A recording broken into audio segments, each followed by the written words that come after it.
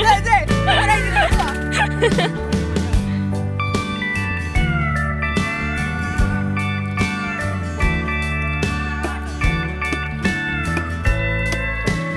Hàn đâu?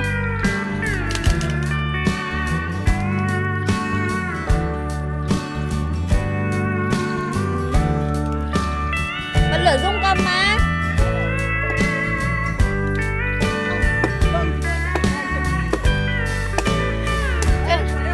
Thôi mình tiếp đi.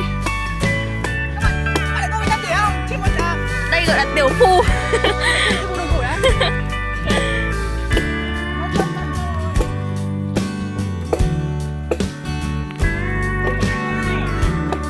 Ơi. Dũng ơi, đây bật lửa đây.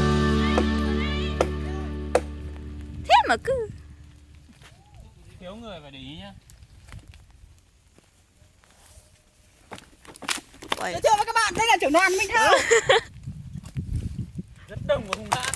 Minh Thao rất khỏe mà hãy như anh Thao. Rất thương bẻ.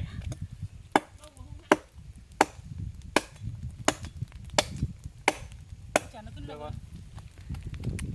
Và hãy như Mạnh này. Đấy, Mạnh. Thấy Mạnh không? Hãy như Mạnh. Hãy cho Mạnh một like nhá. lại.